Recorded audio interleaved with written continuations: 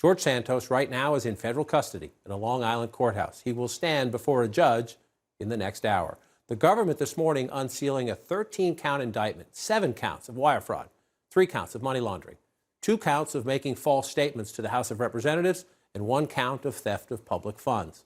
Among the accusations, stealing pandemic unemployment money and using campaign donations to buy luxury designer clothes and to pay his personal credit card bills.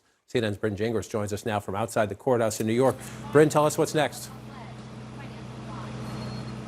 Yeah, I mean, John, listen, the U.S. attorney here in the Eastern District saying Santos used his dishonesty and deception to ascend the halls of Congress. You just laid out those 13 counts that are in this indictment. His arraignment is expected sometime this afternoon, but stunning detail goes into these allegations surrounding really the 2020 campaign for the congressional seat, which he did not win, and then, of course, the one he did win in 2022. This indictment details how George Santos allegedly operated a company and used a consultant to essentially get people who were supporting him to give him money. That money would go into this account, which would then go into his personal account, and he would, as you mentioned, buy lavish clothes, paid a car payment, paid off some loans. And there's also allegations, as you mentioned, John, that he, while having a salary at an investment firm in Florida, making $120,000 a year, he was applying for unemployment benefits, getting monthly payments from the state of New York, allegedly, totaling about $24,000. And then there are also charges related to the fact that he lied on financial disclosures to the House of Representatives, at times inflating his salary, other times bringing it down lower than actually it was. So there's a number of stunning allegations in this. And again, he is going to go in front of a judge sometime this afternoon on these charges. It's unclear if we will actually hear from him. He turned himself into the FBI this morning and then was brought here to the courthouse. So we have not seen him. We are fully expecting him to appear, though, on those front steps. So we'll be on the lookout for that, John. Bryn Gingras outside the courthouse. Remarkable day. Sitting member of Congress indicted on these fraud charges. Bryn, thank you for that. Keep us posted in the hour ahead. With me in studio to share their reporting and their insights, CNN's Evan Perez, Carl Holst of the New York Times, and the former federal prosecutor, Shan Wu. Evan, let's just go through 13 counts. I want to read from one of the counts. This is a wire fraud count that George Santos fraudulently induced members to contribute funds to company number one under the false pretenses that the money would be used to support his candidacy, and then actually spending thousands of dollars of the solicited funds on personal items like luxury designer clothing, credit card payments. Walk us through. This has been an investigation underway for months into a host of Santos lies and questionable activities. How'd this come about? Well, look, it may seem like it's been a long time, right? Because this congressman has been the subject of so many stories, so many media stories focusing on the various lies that he has told, and there's many.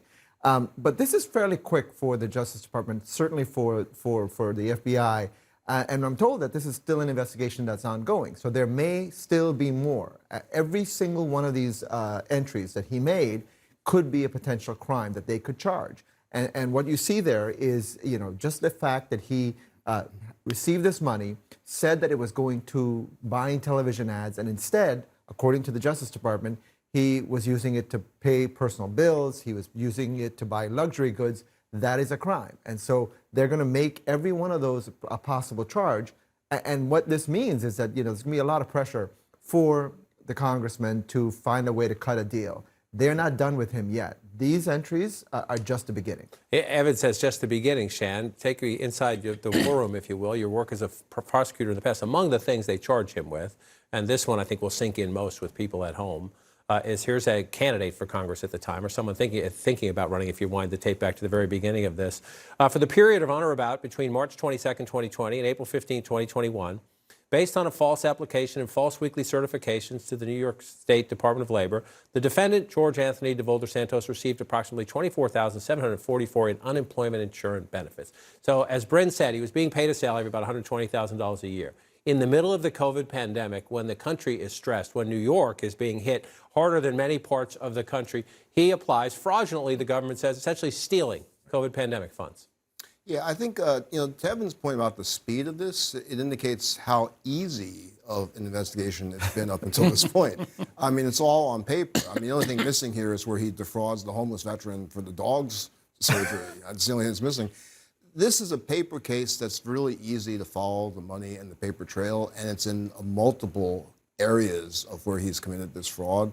So it's going to be a very strong case. There may be more that they uncover on him, but he is really going to be locked in. He's not going to have any ability to fight these charges one by one because they're actually all so different. He doesn't have a single unifying theme like, oh, I misunderstood the unemployment benefits. I didn't realize I couldn't raise money falsely for my campaign. I mean, it's just so diverse and so locked in. Very tough situation for him.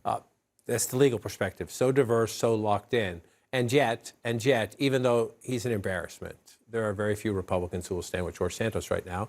The Speaker of the House, who needed his vote to become Speaker, now says, everybody, please be patient. Give George Santos his day in court. You walk through like every American, you have your day in court and go through, just like when another member inside the House. Santos would never put on committee, so he won't serve on committee. He will go through his time of trial, and we'll find out how the outcome is. Walk us through that. You know the Speaker well. Yeah. He's not on a committee, therefore this is not that big of a deal?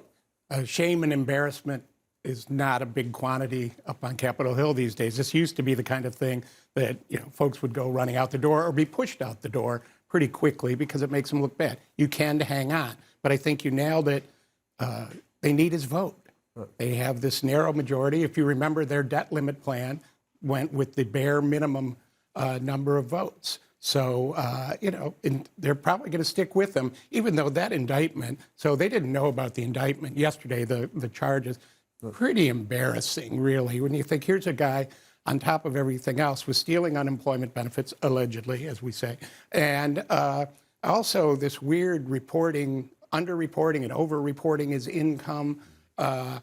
George Santos had become sort of a figure on Capitol Hill where it was almost a joke with him, and he would run around and be interviewing. I don't think it's so funny anymore right now to the Republicans. Well, to that point, let's stay in the politics for a minute. The Speaker, and that was today. We had sound from the Speaker yesterday, but to your point, we want to let them read the indictment. Let them read the indictment. Let me see it. Let's be fair to the Speaker. He still says, and look, George Santos is innocent until proven guilty, as any American is. The question is, politically, this is shameful for the Republicans, and other members say, sorry, got to go now. Would it be better if he resigned? Oh, absolutely. It's a distraction, and it's a punchline for a lot of commentary regarding the Republican Party that we don't need. If the charges have veracity and they're true, then he should not be a member. I think he needs to go right away. I hope that he resigns. I want to concentrate on things like the border, China, and debt. He's a complete embarrassment. So the question is, the Speaker needs that one vote. When you hear from other members like that, diverse members, different parts of the country, different wings of the Republican Party, does it come to a point where McCarthy realizes, you know what, I'm going to lose more than one? So lose the one instead of losing a handful or more? Right. I do think that the pressure could mount as these charges get aired out more. The Republicans are in a tough spot right now.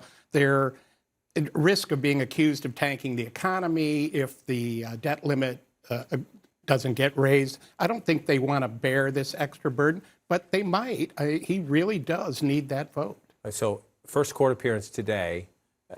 Quickly, each of you, how long does this take to play out if there's no plea? Well, it could take several months. I mean, it depends on that. That court can take a while. I mean, one of the things that happens here with this congressman is that the FBI is going to keep investigating, and so we may yet see additional charges come. So that will increase pressure for him to cut a deal. And perhaps one way is for him to resign, and DOJ could figure out a way to reduce it. I will say, though, that members in the past, one, he might need the money to stay in the job, and it also helps them, it gives them some more credibility in fighting the charges. He might take that position.